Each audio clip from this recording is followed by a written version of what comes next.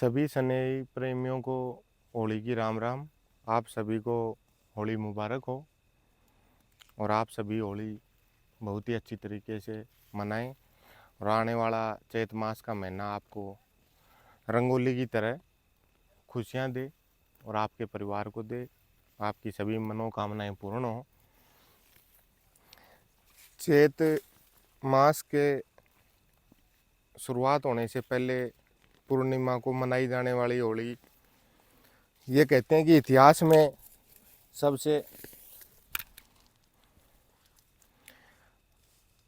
भगत हुए प्रहलाद भगत, जो भगवान विष्णु के उपासक थे।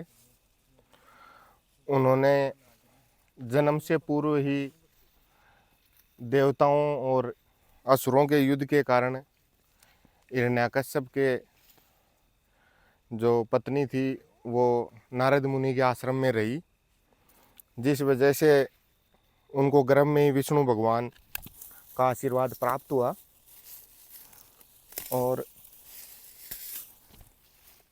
वो विष्णु भगवान की पूजा में समर्पित हुए।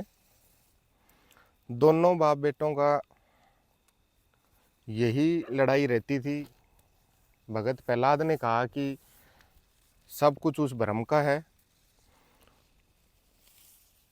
परमात्मा है, एक परम शक्ति है जो हर चीज़ में विद्यमान है। और हिरण्याकश्यप ने कहा कि सब कुछ ये शरीर होता है, शरीर ही आत्मा है।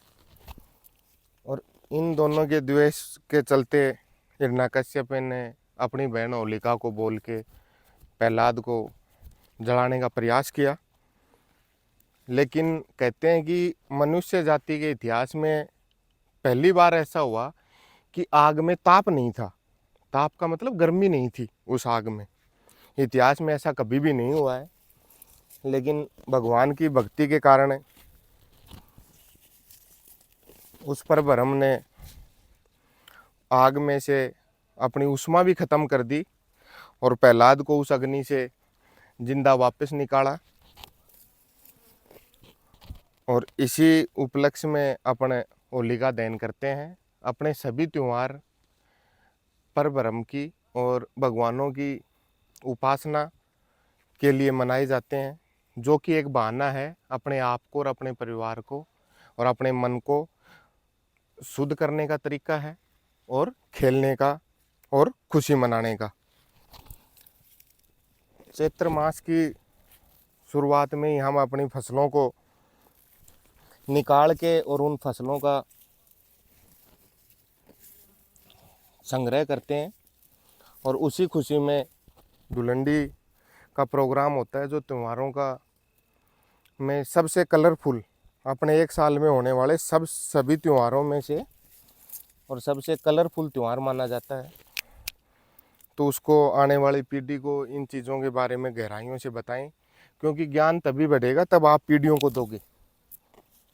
अगर जिस हिसाब से शिक्षा ग्रहण की जाती है उसी हिसाब से बच्चों को त्योहारों के बारे में, इनसे जुड़ी घटनाओं के बारे में समय समय पे बताते रहें, जिससे अपनी जो संस्कृति का गौरवमान्य जो इतिहास है वो अगली पीढ़ी में जाए और बच्चे नई दिशा और आध्यात्मिकता के साथ आधुनिकता से जुड़ें, जो उनके भविष्य के लिए और अपने देश के भविष्य के लिए, वह इस पृथ्वी के भविष्य के लिए बहुत ही ज़रूरी है।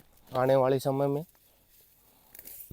एक स्थित और शांत माइंड ही समाज के लिए, परिवार के लिए, देश के लिए और दुनिया के लिए ज़रूरी होता है। और अपनी संस्कृति ने यही चीज़ सबसे पहले सिखाई है कि अपने शरीर और मन को किस हिसाब से कंट्रोल करें। आप सभी को पुनः एक बार होली की हार्दिक शुभकामनाएं व धुलंडी की हार्दिक शुभकामनाएं और आपके जीवन में खुशियां बनी रहें। जय श्री राम।